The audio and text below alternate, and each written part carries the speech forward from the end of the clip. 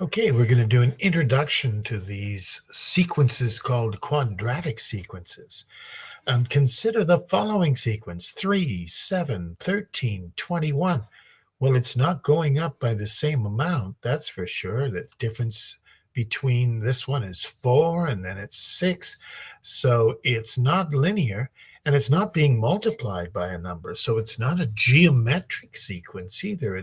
There's no factor getting multiplied, but it turns out that it's quadratic, that it is the formula that works for it is something squared.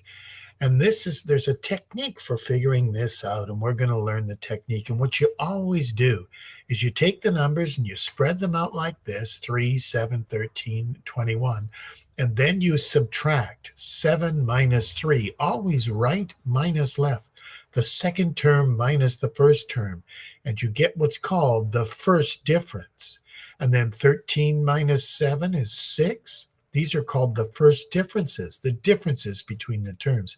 21 minus 13 is 8. So you sort of make this triangle here.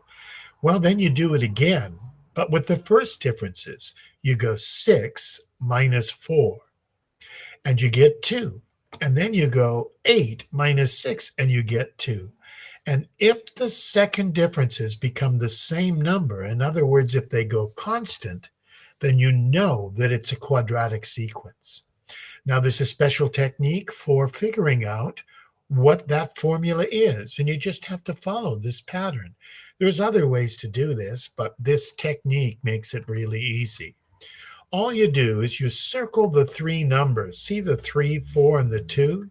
You circle the 3, 4, and the 2, and you write 2a beside here. Now, why this works, I guess it's a bit of a mystery, but it works every time. It's not a mystery to me. I could explain it, but it takes a while. 2a equals 2. You let 2a, always 2a, equal this number. And then you solve that equation, dividing both sides by 2. Well, a equals 1.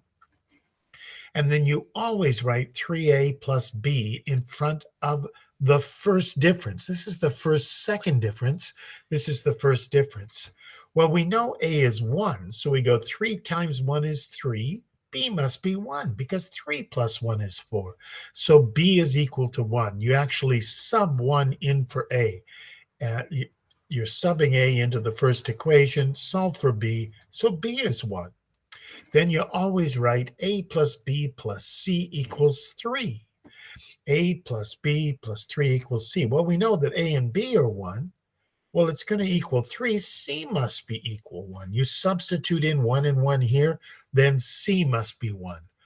Well, the formula always takes the form of an squared plus bn plus c. So the coefficient of n squared, it's 1 because a is 1.